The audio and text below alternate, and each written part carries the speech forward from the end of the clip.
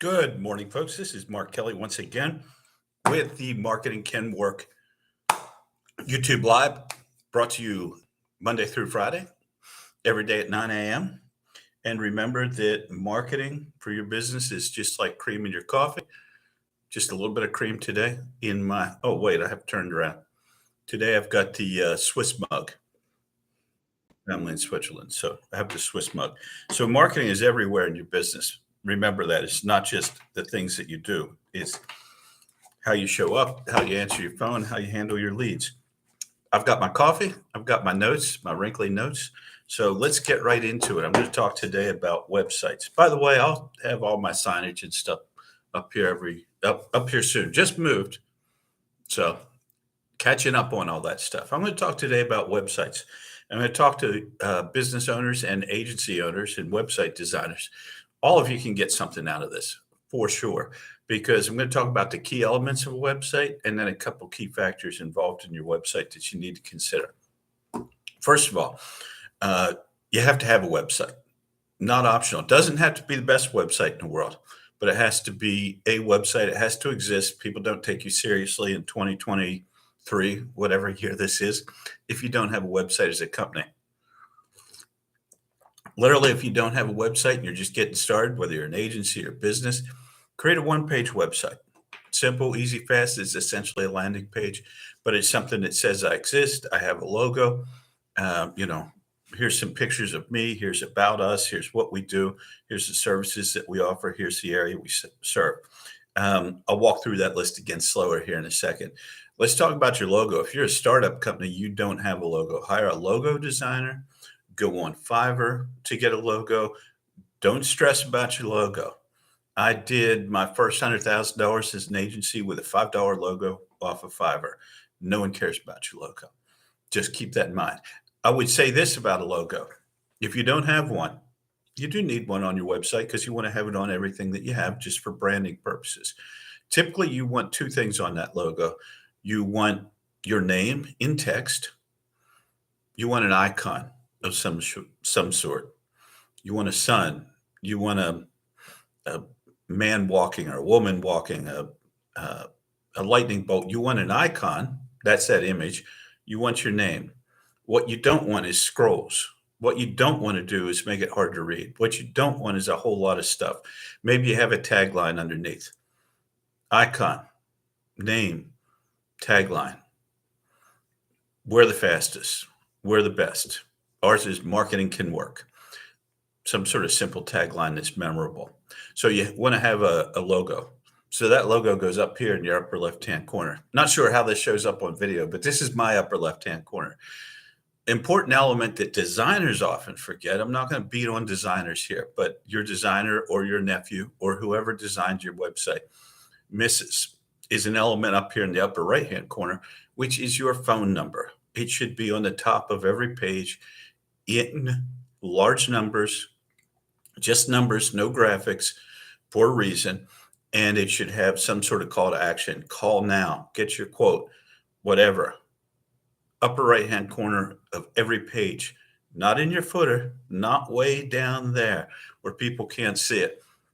Up here where everyone can see it the second they hit your website, whether it's on mobile or on a desktop.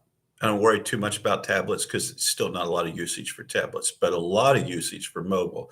So that's the other element. So you have to make sure that your website is mobile friendly, meaning you can pick it up on your phone and the text isn't laying over top of things and it makes sense. Your logo's there, your phone numbers, your primary reason for being is there.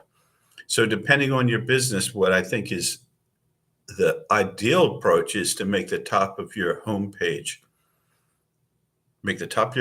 a billboard. So someone can go there, see who you are, what you do, the area you serve, features and benefits, and you should have a form readily available or a big contact us button that takes you to a form. So you have to make it easy for people to interact with you. Absolutely easy for people to interact with you because we get really irrationally involved in our design. Design is one of the most difficult things in marketing because it's subjective and because What works extremely well for marketing doesn't always look the way you might want it to look. And people get really caught up in their websites. Let's try to dumb it down a little bit. KISS, keep it simple, stupid. Let's put the key elements on there. As much as you love your website, no one else cares about it. Okay. They're there to check things out. They're there to get information. They're there to find out about you. They're there to find out a way to contact you. If you can do it, put pricing on your website. I know that y'all want to feed people into your funnel and get them to call you, but the more resistance you put up, the fewer people are going to reach out to you. If you can't put pricing because your pricing is extremely variable, put something like rates starting at $1,000 a month, rates starting at $349. Why do you want to do that? There's literally no reason to talk to anyone ever who can't afford your services. You can close them as hard as you want. You can sell them as hard as you want. Filter those people out. You don't want to talk to them. If you have a higher end landscape design service, say our design rates start at $2,000. You won't talk to the person that wants a sketch on a piece of paper. We have a client that does higher end landscape designs. They charge you to come out to your house. You have to pay them to get them to show up. They put that right on their website. Now, what does that do? It filters out a lot of people. They lose a lot of leads that way. They don't want those leads. Know who you want. Go after them. Your website's your billboard. Your website's your business card. You can put everything on there that you need, but don't get too caught up in the details. I talked to a plumber, HVAC guy yesterday. He knows HVAC like no one I've ever met before. This guy can lower your electric bill. He can fine tune your HVAC systems, but too much detail. I can't grasp all that. I'm not an HVAC person. So what we have to do is take all that knowledge, dumb it down into catchy, readable, short, fifth grade sentences that anyone can grasp.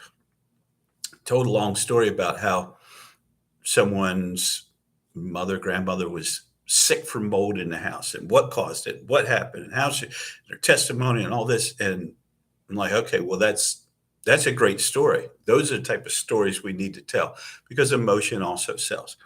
But that story on your website or a testimonial or an ad is mold made mom sick. XYZ company got rid of mold. Mom's healthier than ever. Something like that. They don't need to know the rest. That's the part they care about. So keep it simple. Okay. So you want to have basically your homepage should tell the basic story. People will scroll down, but keep that top very informational. People will scroll down. They'll look at your site and they may want to know more about services you offer. So put a quick summary of your services, put a quick summary of where you're at, the areas that you serve, pricing. But then you'll want to have an About Us page that just briefly tells about us. It should have a little information, how long you've been in the area, who owns it, how many people you have a picture of your vans, your uniforms, make it attractive, have people smiling. It's just like you want to work with us. You want to create an emotional bond with the About Us page. You should have services pages. You shouldn't have a service page that said we do this, this, this, and this. You should have individual service pages for individual organic rankings through SEO, and also so that you can drive traffic to those individual service page. If you're a plumber, yes, you'll do general plumbing, and maybe that's a service page. You also might do trenchless waterline repair. You might also do hydrojetting. You need a page for each one of those. You'll want a contact us page, and that contact us page should just be really simple. It should have a form on it, should have your number. Don't put a bunch of other stuff on there. No one cares about all that. No one's driving to your office. Make it real easy for them to engage. And on your form, create the minimum amount of friction, getting you the maximum amount of information that you need in order to determine if that lead is qualified, if that's someone you want to work with. So the less information you require on that form, the more likely you are to get it filled out. Ask the fewest number of questions you can on that form and make sure that on that form you are getting the information you need.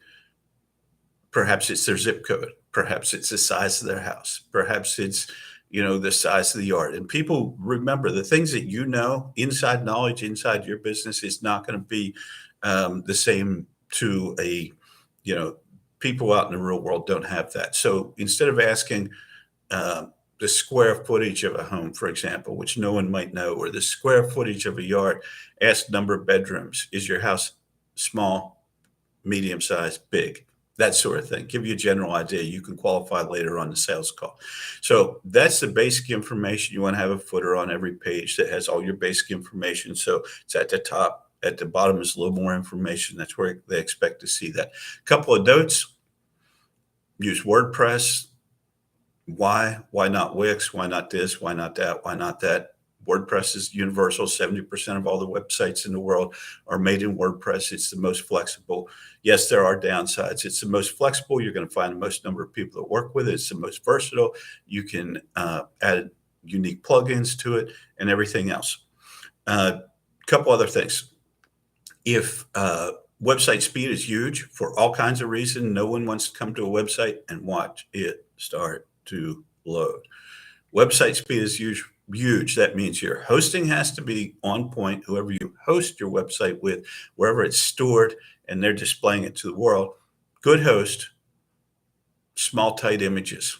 So your designer or developer, once again, needs to know how to optimize for that. Speed is huge. The last thing I'll mention is if you connect all your leads and calls to a back end. So track all your calls. We'll talk about that on a different live. Track all your calls, have all your form feeds and your calls go into a CRM with marketing automation behind that. At Inbound Revenue, you can use the Inbound Revenue Rocket. That's an automated system that will capture all your leads. You can qualify them. You can mark them throughout the sales process, but capture all those leads in a CRM, whether it's ours or someone else's. So that's the basics of websites. I'm Mark Kelly with Inbound Revenue. I don't have my logo on today, so I feel naked. I don't have my signage. Hope that it's been a good day, useful call, or useful stream, and we'll see y'all tomorrow, same time.